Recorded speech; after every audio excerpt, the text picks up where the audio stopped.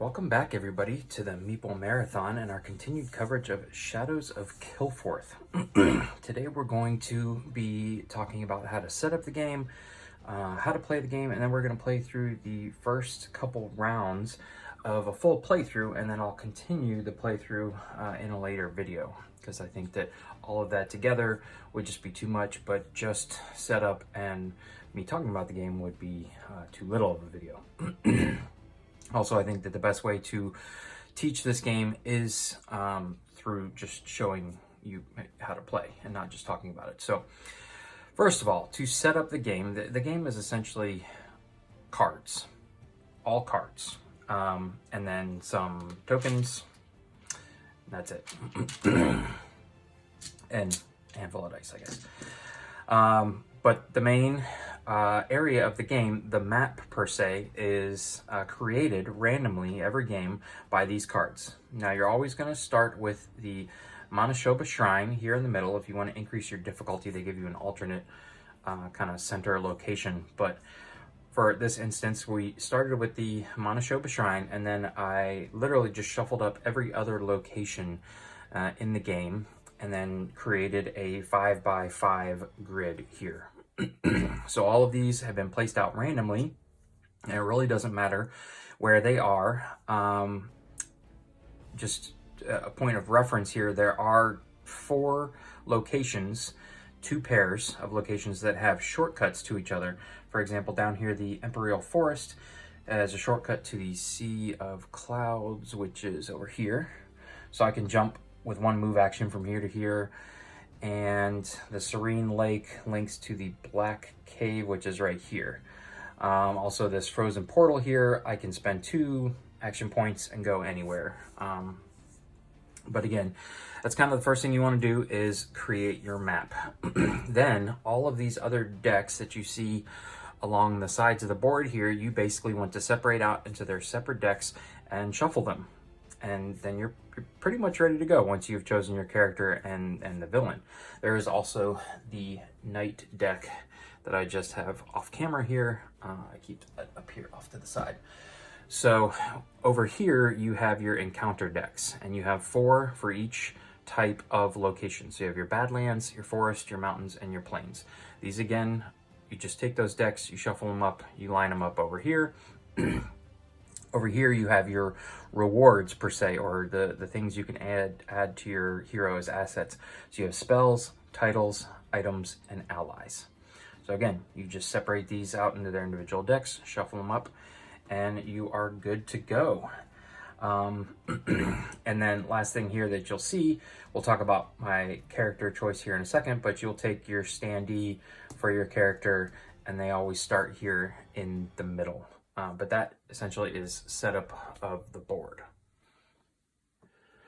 Okay, so you could do this part before or after you set up the map. It's up to you, but essentially you need to choose several things. You need to choose your character's race and class. You need to choose the saga in which your character is going to go on. And then you need to choose your ancient, which essentially is the boss villain that you are working your way towards to fighting. So, again, your hero consists of a race and a class, and so you can pair them up however you so choose. You can draw them randomly if you want, and every race has a male and female side, so it really doesn't matter. Their statistics and special features are exactly the same. Your class card is only one-sided. So you can look at these ahead of time, choose whichever you want. I tend to choose a class that helps fill in the gaps of my statistics on my race card. But again, you don't have to do that. Then you're also going to take out, these are essentially how you upgrade your character throughout. These are your skills. And there's 2 skills at each level that you'll upgrade, and you upgrade your character when you complete chapters of your saga, which we'll talk about in a second. So you want to take this smaller deck of cards here. These are the only cards that are this size, and you want to take out the cards that match your keyword here for your class type. So I'm a Chevalier Were-Tiger, but I am also in the Pious class. So I took the Pious skill cards. And for now, you can just set these off to the side somewhere. Again, we'll talk about how you gain those here in a second. So you've chosen your hero. You've gotten everything you want for that. Then you need to choose your saga. Now, the manual gives you suggestions based on, you know, what type of person you choose. You know, they give you suggestions on which class characters to choose first, and then which sagas to choose to go along with them. I don't know if that's for thematic reasons or not, or whether some of them are easier than others, but you can use those suggestions, or you can just go off on your own route. This is the first time I've ever played with a Chevalier, and this is the first time I'll be doing this Capture Lawbreaker saga. But essentially, you want to take the Chapter 1, Chapter 2 is on the backside, 3, 4, and then this final hunt finale card here. You can see here in the red that it matches Capture Lawbreaker. And then this is going to be your reward on the backside. So all these cards are double-sided, and this represents the you know, hero's journey that you have to take in order to make yourself good enough, I guess you could say, to take on the Ancient. So again, each character, especially if you're playing in a multiplayer game, is going to have their own saga. So, you know, you choose your saga, and this will determine kind of what cards you're going after and how you focus your exploration. And again, once you have, say, completed Chapter 1, which we'll talk about how to complete all this in a second, you'll get to upgrade and gain one of those skill cards. You'll flip over here. When you complete Chapter 2, again, you'll gain another skill card. All right, last but not least, you need to choose an Ancient. Again, this is the kind of boss villain character. And these guys basically stay hidden until you have completed your saga, the finale of your saga. Now, if you're playing a multiplayer game, the first person to complete their saga will bring out the Ancient. And you can play this game cooperatively, or you can play it competitively, where you're basically just all racing to take out the Ancient. So there could be instances where the Ancient is out on the board, but you haven't completed your saga yet and can't actually physically touch them. But the Ancient has their own card here, which, you know, just has a standard back. And then they have this abilities card. And last but not least, they have a set of plot cards. So kind of 3 sets of cards, or 3 things you need to gather for the Ancient here. Shift all this down. So again, the actual Ancient's card, this is going to tell you, give you the statistics of like where he's going to appear, how many dice he's going to roll in combat, and what his HP is. Now, this abilities card is going to let you know kind of additional things, additional actions, or additional ways he's going to mess with you. Most of these don't matter, but this bottom portion here tells you when plot cards are going to be placed out. And so it says here, when a plane's location falls into gloom, basically when a plane's location comes out on one of those night cards we looked at earlier, you place a random plot card with that location. So you can see here that all of his plot cards have that plane's location on them. I will shuffle these up and flip them back over. But these plot cards essentially just give you a small task you have to do in order to defeat them. If you leave them out and unattended, they're going to make the Ancient stronger when you actually take him on. So it's really up to you. They are optional. You don't have to address the plots, but if you leave them all out, the Ancient almost becomes too much to deal with. So, but it can distract you from the task at hand sometimes. So you just set these off to the side again. We'll put them kind of at the top of the board. The last things you want to do are gather up your tokens. So everybody's going to start with 4 HP and 4 action points. The game recommends that you kind of stack up your HP and action points like this. The black hearts are my action points. And so you'll see me throughout the game pulling these off like so, in order to keep track of the action points I've spent. And as you're losing HP in the game, if, say, enemy attacks you and you lose HP, you actually have to lose the HP that is attached to an action point first, before you lose HP that's kind of uncovered. Every time we level up and gain a skill, we'll also gain a maximum HP. You'll start with 1 gold. Man, I just am messing up these tokens left and right. You'll start with 1 gold, and you'll start with one of these. I like to call it my broccoli token. I guess it's more like a bush, because this is your hidden token. So you'll be using this often. I use it often. And so everybody gets one to either show that you are hidden or not hidden. You will pick up one of these choose side tokens. So you can either be the League of Rose or something like that, or Death Watch. And so at the beginning of the game, you just want to pick one. Since I'm kind of a demon, dark, mysterious character, we're going to go with Death Watch side, and you get 4 fate tokens. These you can spend to add successes after your rolls, but you can only use 1 per round. The last thing you want to do is you choose 1 reward stack. So you can see I went with items. I drew 2 item cards, and you get to keep 1 in your hand as a rumor. So I went with the silk robe, which is an attire. You can see that the word attire has the little asterisk next to it because that's a keyword. So I can only have 1 attire in my asset row during the game. I can't have 2 attires. I can't be wearing 2 different things. But right now this is just going to be in my hand. I'm going to have to go to the Frost Bridge and discover the silk robes in order to lay it down. But when I do, it's not only going to give me +1 to my study action, which, as we can look back over here and see, is very low for the Were-Tiger, but that's good. That's one of the reasons why I chose this. But also, at any point in time, you can see the words deed and sacrifice. Deed means it's a free action, and sacrifice means I have to get rid of this card. I have to lose the card. So I would lose the +1 study. But when you would lose 1 or more HP, prevent all of that HP loss. So it's essentially like a free invincibility card. And so I'm mainly going to hold on to this to boost up my study attribute, but then probably somewhere down the road, if I come across like one of the nastier enemies or the Bishop of Pride, I can chuck this to kind of be invincible for the turn.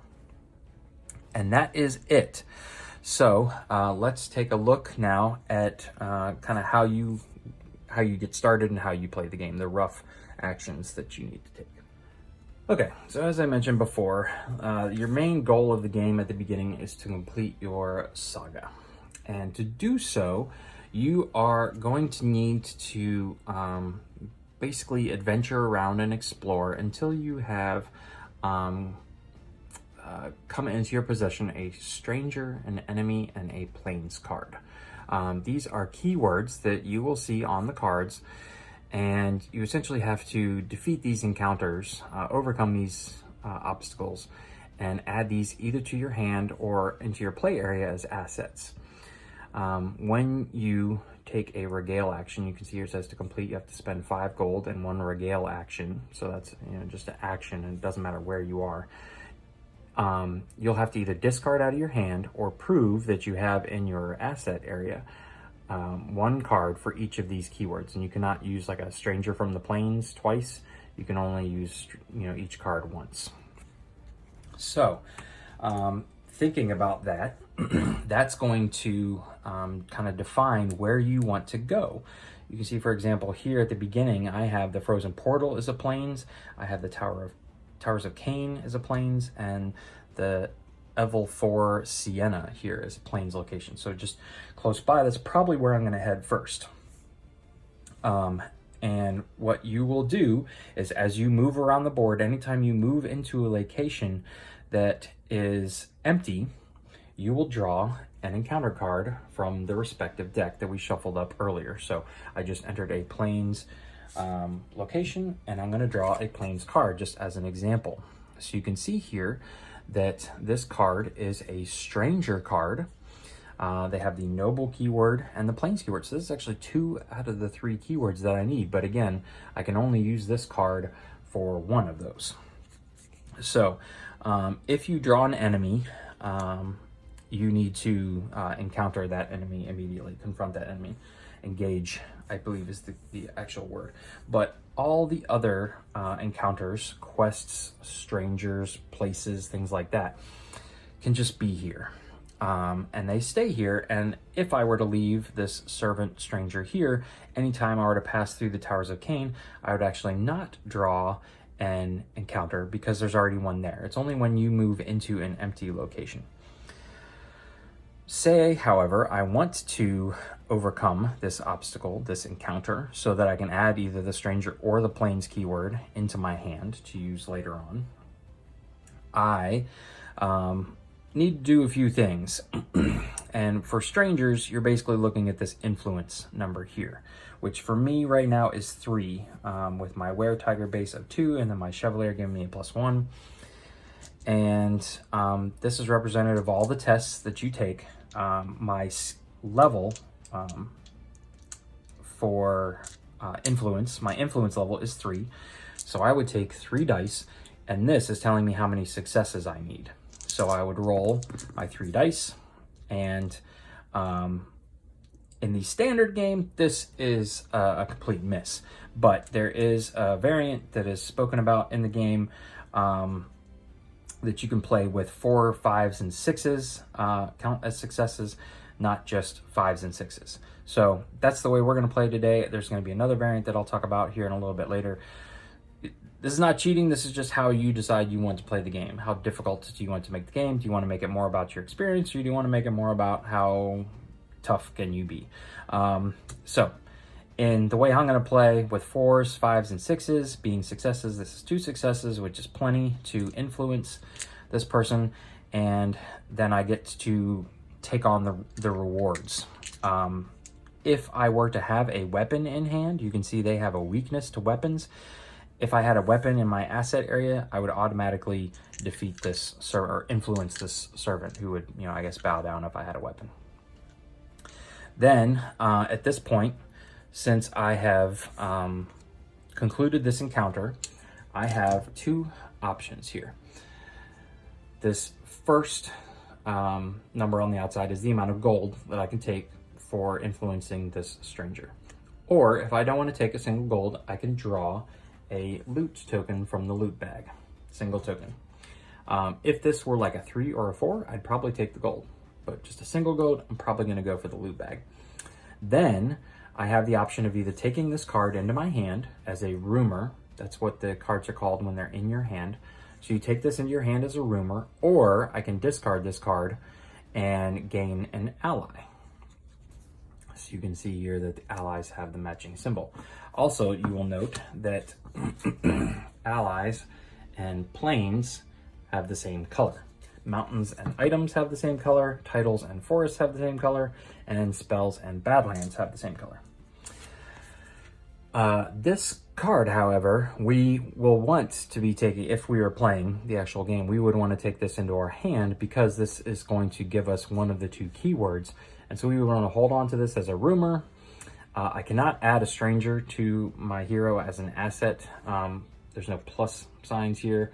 There's also no location down here. Anything that you can add to your hero as an asset will probably have plus signs here, unless it's a spell. Spells simply have a number that you have to have a proficiency level at. So you can see this Antidote of Healing here on the bottom requires a level 2 study in order to do that spell. But spells you can add as an asset. All the rest of them, allies, items, and titles, are going to give you plus signs. Also, they're going to have locations that you can discover those items, titles, and allies. So this person has no location to discover them. They also have no plus signs. So the only thing I can do is hold them into my hand, keep them in my hand as a rumor. But that's what I want to do because they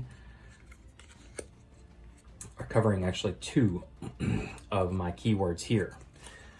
So I will add that to my hand. Your hand limit is 6, and I have 2 right now.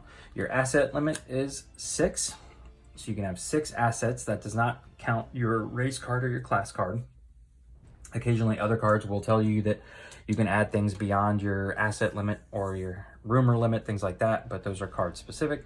Also, any tokens, loot tokens, you can hold up to 6. So it's the rule of 6. And here's just some examples of the loot tokens that you can get. You can get some that are just pure gold. So you would just immediately discard this, claim your gold. things like this, which are going to give you specific action points. So this is a Discover AP.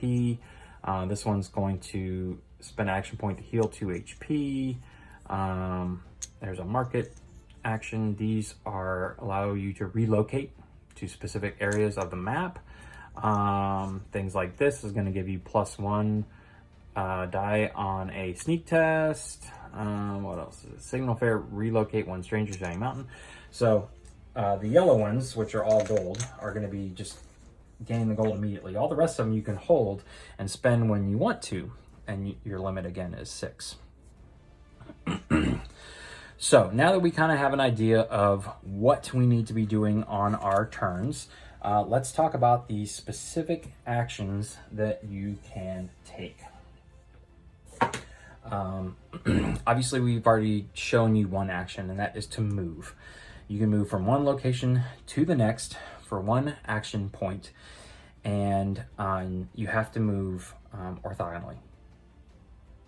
You cannot move diagonally. So it has to be, if I want to get to Evel for Sienna, it's going to take 2 movement points, but I'm also going to have to draw an encounter here and an encounter here, unless there's already something there.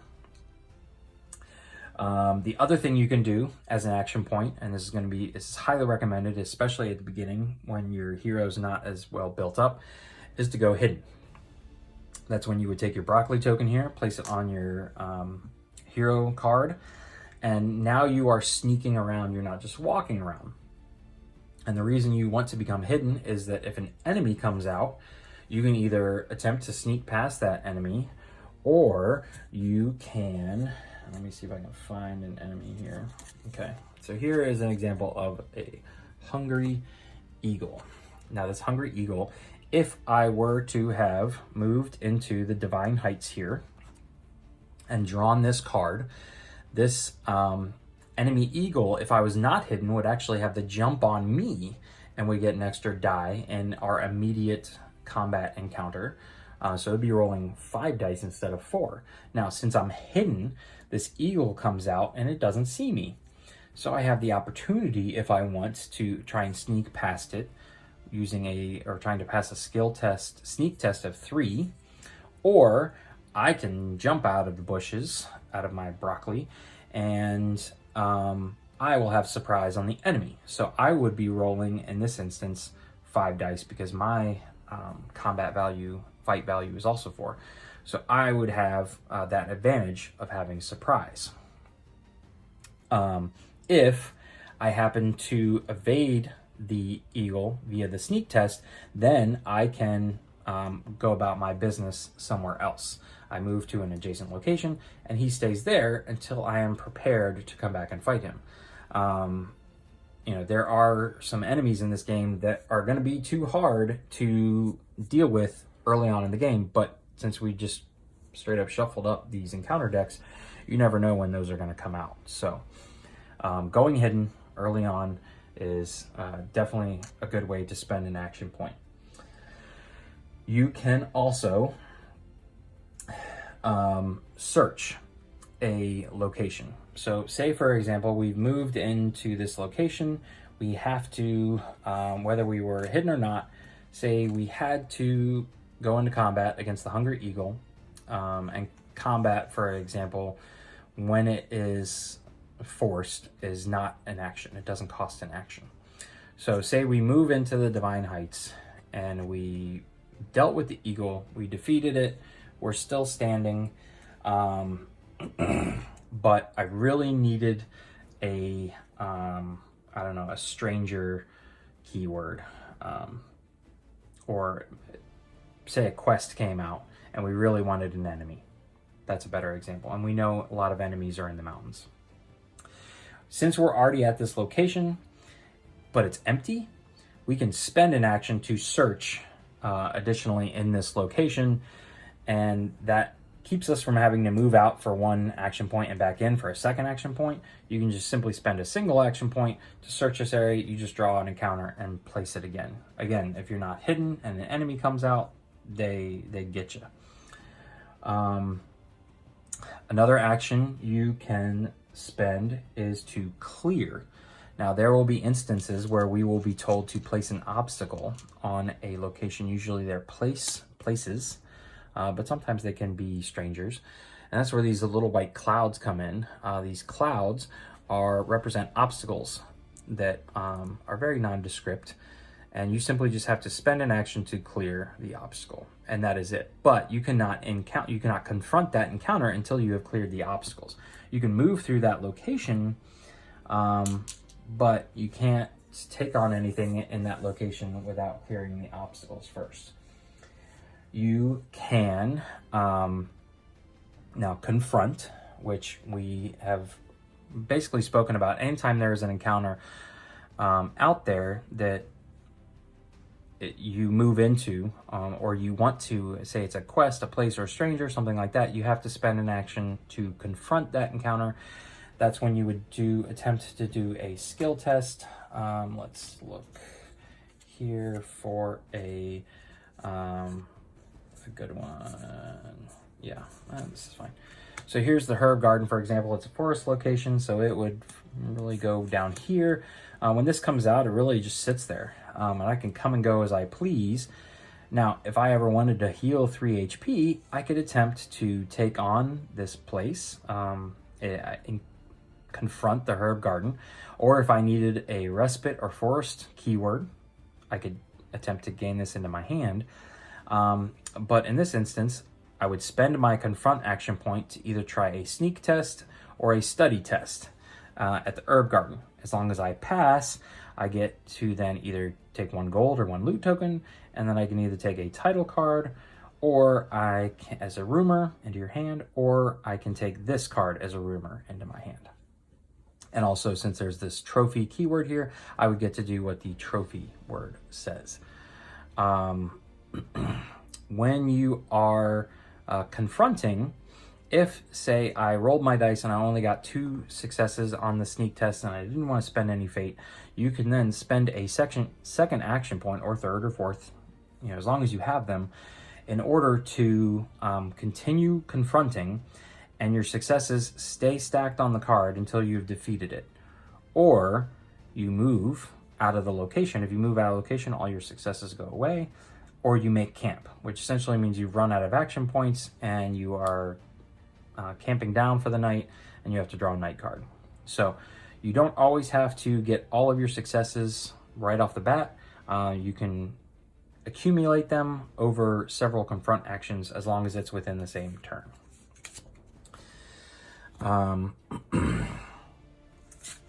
The other action that you will want to do, hopefully quite often, is discover.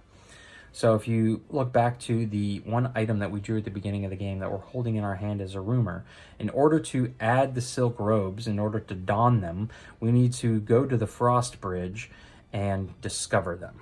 Now, the Frost Bridge is this location way up here, almost off camera. But say we make it up there, I can spend an action point to discover this. All I need is a card with the matching location in my hand, and it then goes into my asset area, which is, kind of on your player board. And now I have access to this +1 study and this sacrifice action if I so choose. So that's the discover action. The last couple actions are pretty straightforward. If you ever have been hit by an enemy or whatnot, or lose HP for some reason, you will need to rest sometimes. So you can spend an action to rest. That just means you gain an HP back, but it's going to be an uncovered HP like that.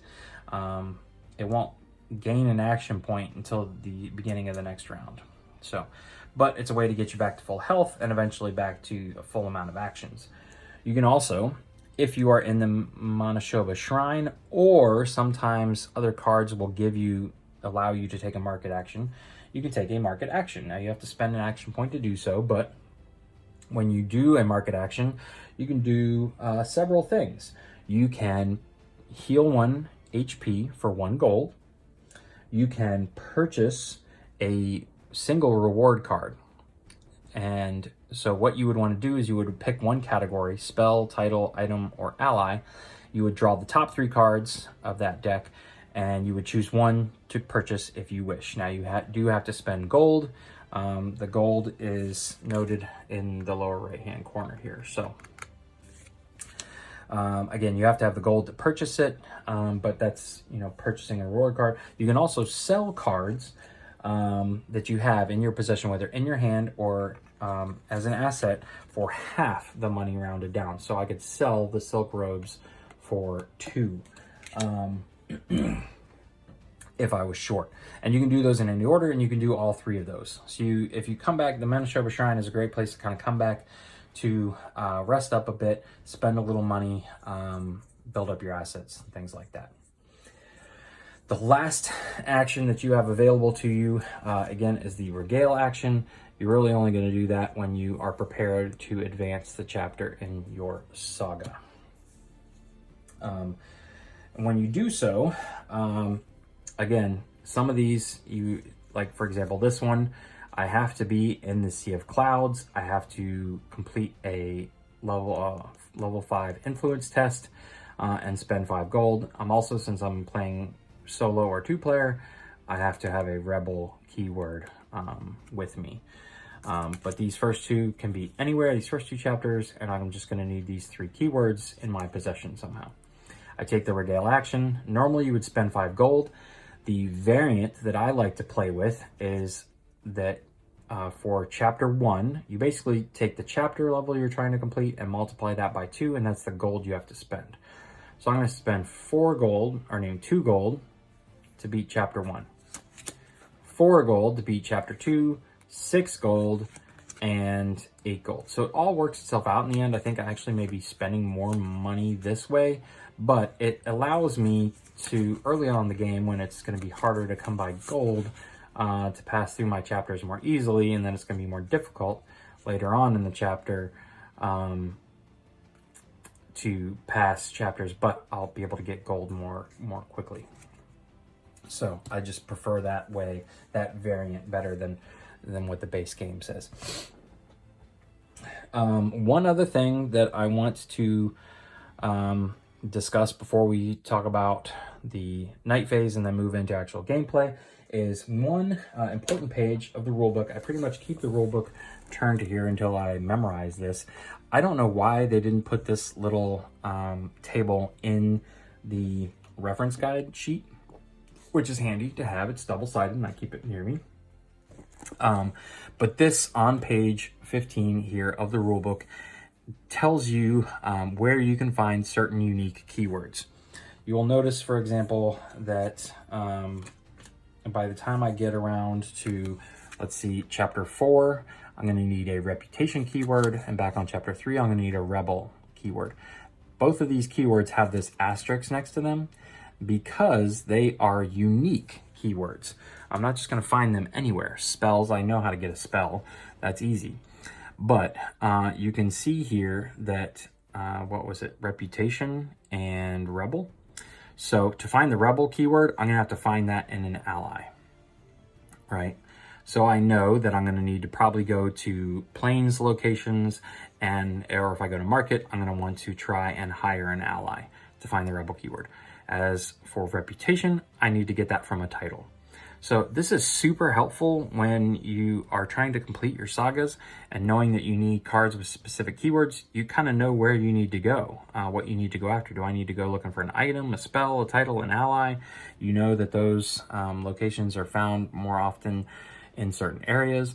Also here, enemies are going to give you items as rewards, places, or titles, quests, spells, and strangers, allies. So these 2 tables here are really handy in helping you decide where to go next in this very open-ended map. So keep your rulebook open to page 15 while you're playing. This chart here is invaluable. All right, so after you have exhausted your character and taken all your actions for the day, you're going to make camp. You'll settle down in your location and you'll draw a night card here. So the day phase is when your heroes take all the actions. The night phase is when all the bad stuff happens. So this is an example of a night phase card. So the first thing you're going to do is look at the location here. You're going to see Fool's Den falls into Gloom. So I would simply find the Fool's Den, which is right here. I'm going to flip this card over to my other side, and then he enters this location. So this is the only time you can ever have multiple encounters at the same location, is if a second encounter comes during the night phase.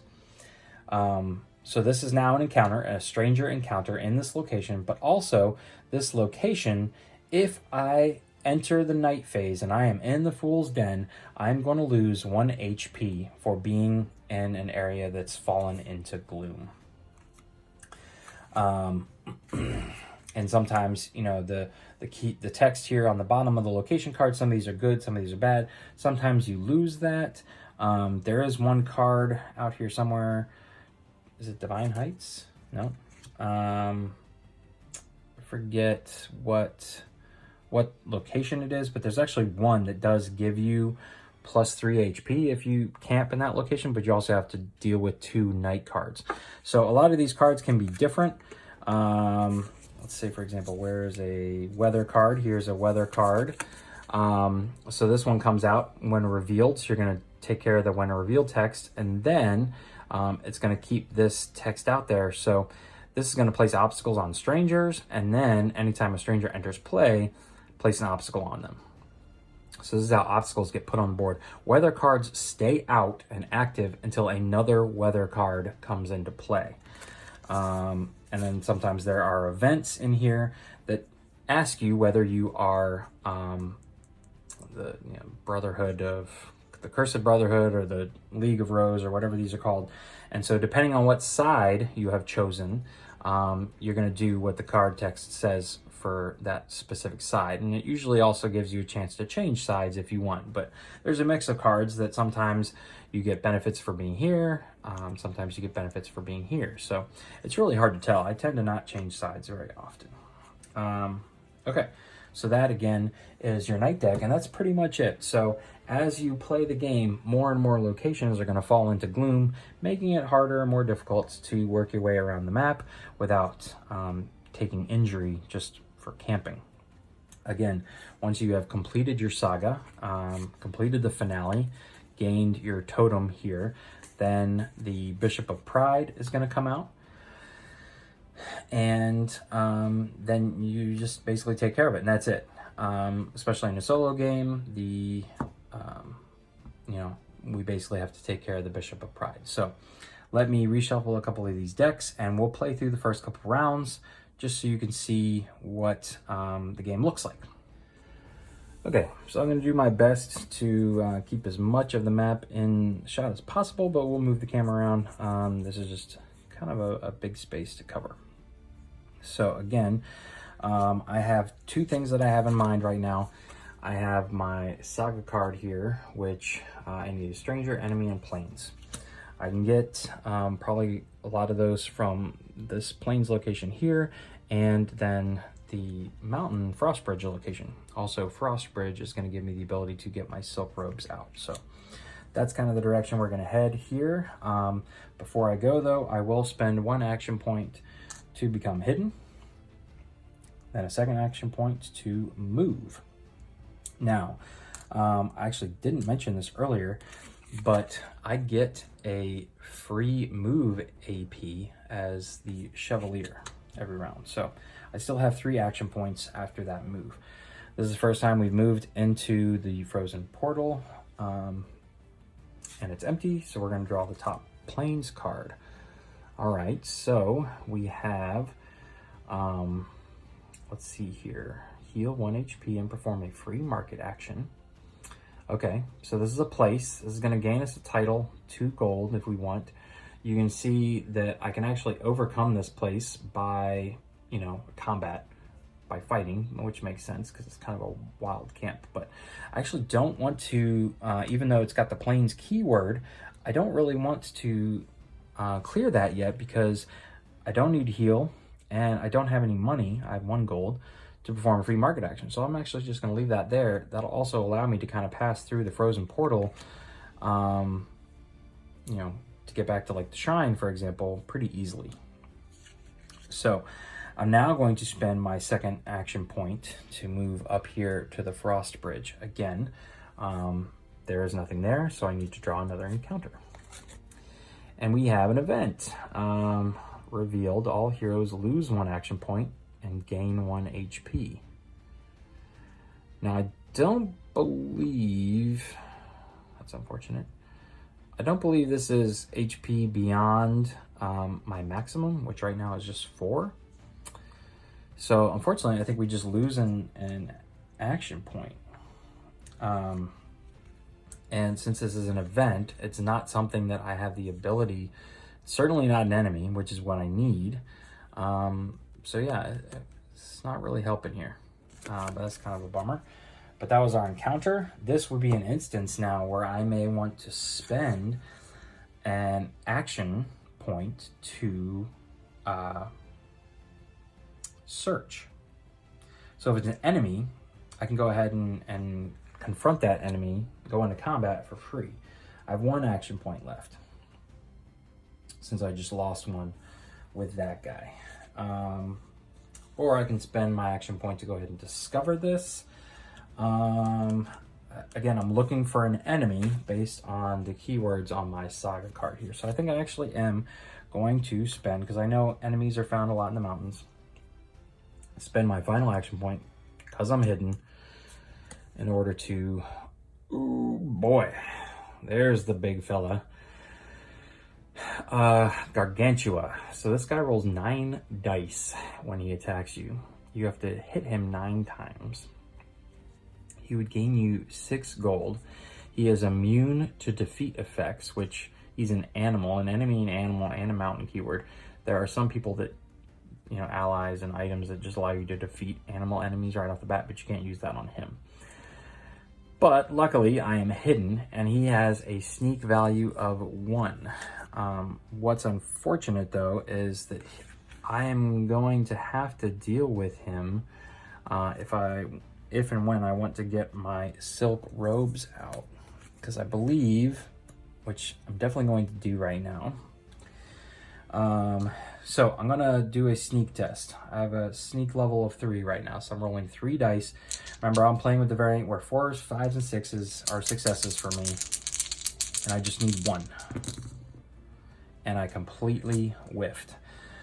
Well, I do not in any way, shape, or form want to tackle this guy, so I'm going to spend a fate token here. That's very unfortunate, to give myself 1 success, the only success I need, in order to sneak past the Gargantuan here. And let me just double check here, because I usually don't sneak very often.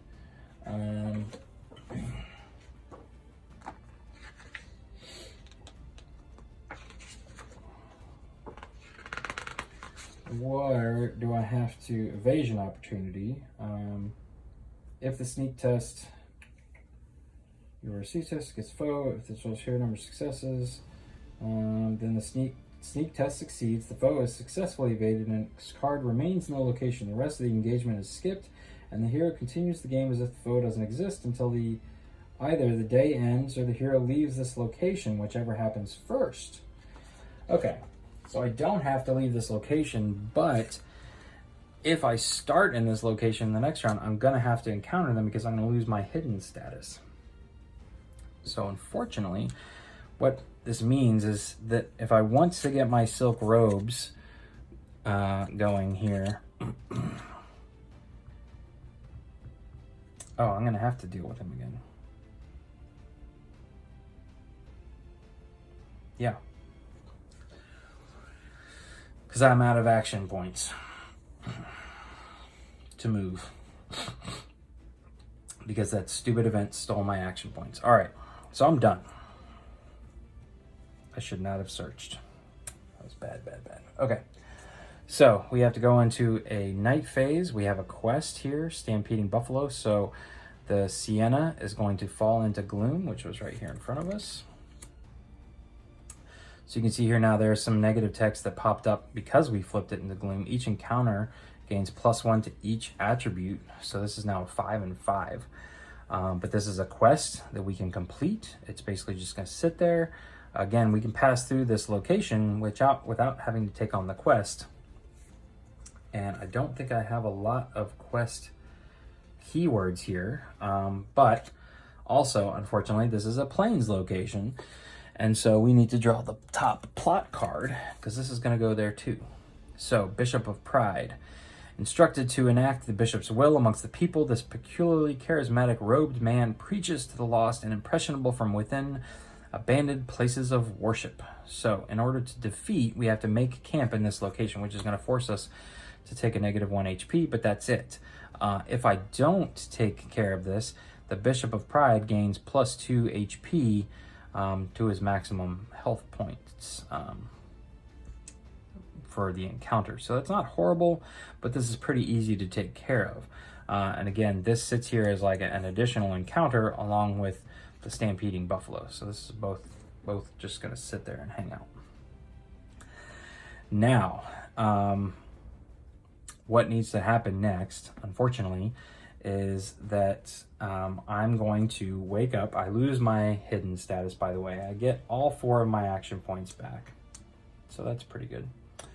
And now I'm going to have to take on the Gargantua because he is an enemy in the location that I'm not hidden in. As soon as the round starts, that's just kind of what you have to deal with. I believe I am allowed to use the Veil text on my card because it's a deed and I can do it in the middle of an encounter. So I can go into tiger form, I can gain fight +2 until breaking camp ends, but then the only thing I can do is spend AP to move. But that's probably going to be okay. I just need the additional I really need the additional fight. So I actually will be rolling 6 dice, and the Gargantuan's going to be rolling 9. I'm going to claim successes on 4, 5s, and 6s. He's going to be claiming successes on just 5s and 6s. So let's see here. There's 2 successes, and that's it. Not a great start. All right. So right off the bat here, I can take 2 hearts and put him on his card. So he's rolling 9 dice. There's 1, 2, okay, and then he gets to re-roll 3 of them, essentially. There's 2 more, so he has now hit me for 4. And that is going to do it, ladies and gentlemen. That's going to end my turn. Even with going into tiger form, I have been defeated. He's going to lose all this hits against him during the night phase, and I basically get knocked out and sent to the Manitoba Shrine. I will reactivate with just 2 HP in the next round. So, unfortunately, that was not a great card to draw early on. That's probably one of the worst enemies you can draw in the game, at least from what I've come across. All right, so round 2 in the books. And let's draw a night card. So Bandit Raiders, these guys are going into the Forging Castle, which is a Badlands location. I can never find these locations. Okay, so Forging Castle is over here. So this slips into Gloom. This is another one that gains +1 to the attributes. So these guys are an enemy that just sit there. So I can bypass them if I'm hidden. Otherwise, I need to take them on. They're not too bad, though. Compared to the Gargantuan, they're nothing. All right, no Plains location, so no plot card comes out. I get to stand back up. I get to regain 2 HP, which means I only have 2 action points this turn. So I'm definitely going to spend 1 of my action points to rest. That's going to give me a 3rd HP, giving me 3 action points next round. Now I could take a market action here, but it's pretty pointless. I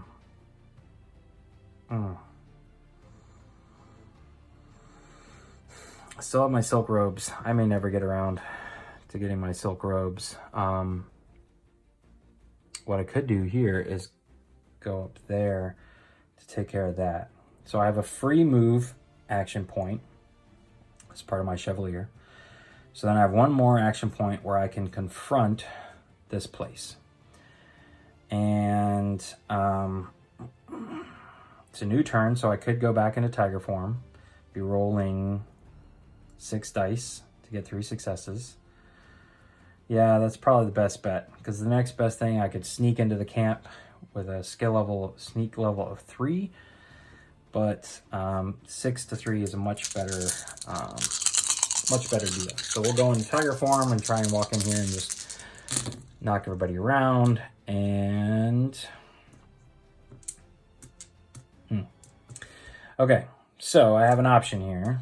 I only got 2 successes again, so I'm 1 away from getting the 3. I could spend a fate token, which I have not done that so far this game, or I can discard a rumor. Now this is a great, I really liked having this rumor, but I don't know if I want to deal with the gargantuan, so I'm going to discard this card. It simply just goes over into a discard pile. That's essentially calling on fate, and I have now defeated this encounter. So this will give you a chance to see what the rewards is like. So I can either choose to gain 2 gold or draw a loot token.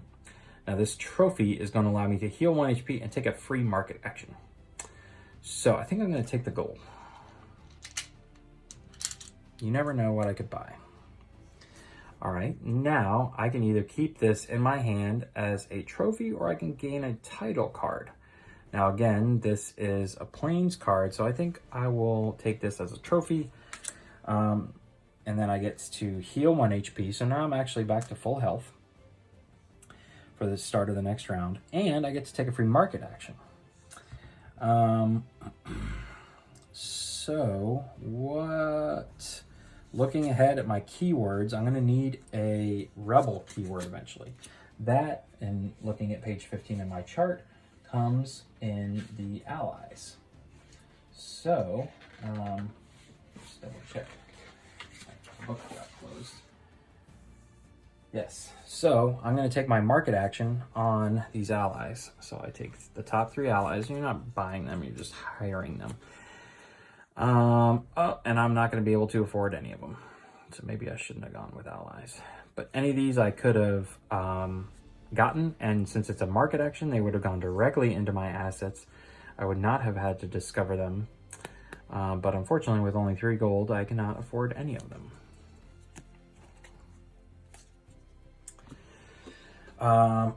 So that was a little disappointing, but we're in a better place. So let's go 1 more round here, and then we'll pick up the rest of the playthrough in a separate video. So, I'm not hidden, just FYI. All right, so the horrendous monster, the celestial tree, is going to fall into gloom, which is, where is the celestial tree? Fool's Den, nesting, oh. Way over here in the corner, here is the celestial tree. Pretty basic when it goes into gloom. And this enemy now is going to go into that area. So he's gruesome. So either one of these enemies here, I can defeat in order to gain my enemy encounter keyword. I don't have to go searching for an enemy. I can just go find them. All right. So now at the start of the next round, I have all 4 action points again. I've got 3 money. Let's go ahead and spend 1 to become hidden. So put my broccoli token down, and we need another Plains location, probably. Fortunately, there's not one right next to me. If I come down here, I need to go 1, 2, 3. And then I can make camp here, which is going to hurt a little bit, but that's fine. But then I get rid of that. So I think that may be what we do. So let's see here. I can take 1 free action and then 1, 2. I need to make camp here. So there's my free movement action. And then I'll spend 2 more points of movement here. And then I'm actually going to attempt to take on this quest. Do I want to do all heroes not hidden, lose 1 gold? I didn't even pay attention to that, but I think I was hidden. That's going to give me a spell, which could be useful.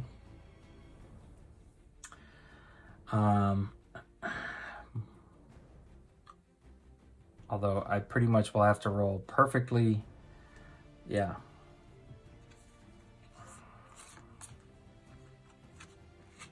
And you know what? I should have, when I moved into here, hold on, backtrack.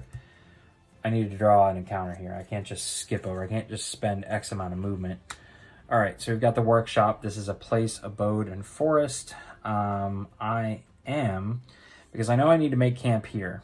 So I'm not going to want to move out of there. And I'm going to have one action point left. I don't want to use it on this quest because I really just don't have the stats for that type of quest because that's a 5. So I remember now. So again, this can allow me to perform a free market action. Maybe just gaining 1 gold can help with that. I'll also get the title. I don't need abode or forest or place. I do need a title, however. So, yeah, let's just go ahead and take this. And we're going to do the sneak. We're going to try and sneak into the workshop with 3 dice here. And we got it. We got 3 successes. It's pretty simple. So we stay here.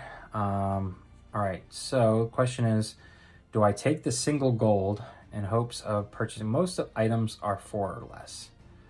So I'd hate taking the single gold, but I got burned last time I did this. And then I am going to take the title instead of keeping this as a keyword because titles can be more handy to me in the future.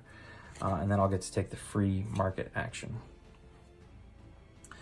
So let's do this. I get to gain the top card. This is going to be a rumor now. So if I want to gain this title, I have to go to the Heaven's Gate, but it gives me the merit keyword, which I don't think I need, but it's going to give me +1 fight, and I can defeat an undead enemy at my location if I veil this card. So not bad. Then I'm going to take a free market action, and again, I'm going to go back to the allies here, because I need the rebel keyword. All right, so 4, 4, 4. Glad I took the money.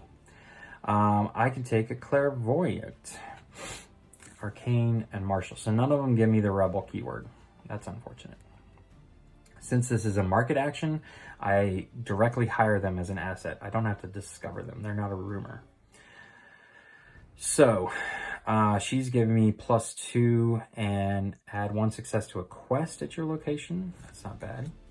Draw 1 item. When it enters play, I draw 1 item and put it into play as an asset. That's pretty good. And he's giving me +1. I'm liking the engineer. Or this person, gain 1 move action point, which is really nice, but I already have that, and the chevalier. So I think I'm actually going to take the engineer because they give me the +1 study. So now I am pretty well rounded in all of my things.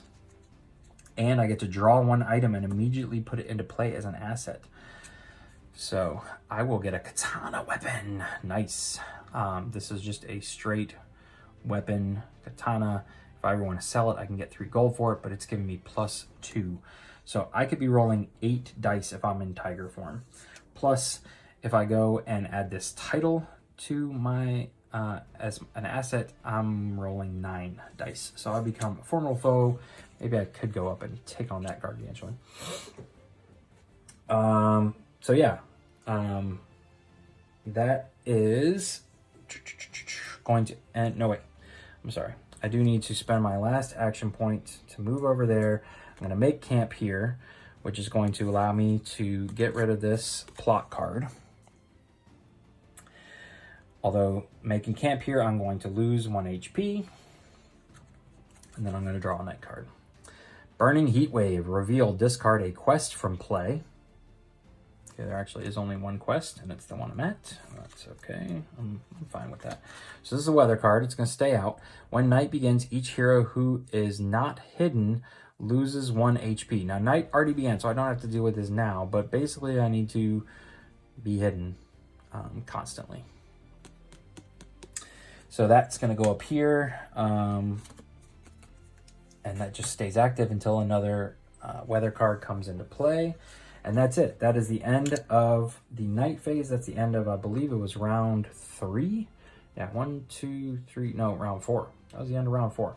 We have only one of our keywords. And working our way, we have planes. We have the planes keyword in one of our rumor cards. This is our current setup. You can see we are at 3 out of our maximum 4 health, which means we're going to get 3 action points at the beginning of the next round. I needed to have spent this gold. Now that I'm seeing it, that needs to go away. But I am feeling really good about my loadout here. So I'm at 1, 2, 3 study. I'm at 6 fight, plus Tiger Form can give me an additional 2. I'm no longer going to be hidden. And 3 sneak and 3 influence. So I'm a very well-rounded hero at this point. I've got this title, which I can go search for at the Heaven's Gate, which is way over there on the other side of the board. But yeah, so we're going to stop here. We're going to pick up the rest of the playthrough in a second video, so this one doesn't get going too long. If you enjoyed this video, please consider giving it a thumbs up. And if you'd like to be notified when the extended playthrough drops on YouTube, please consider subscribing to the channel. Hit that bell icon. Once again, thanks for watching. Have a great day.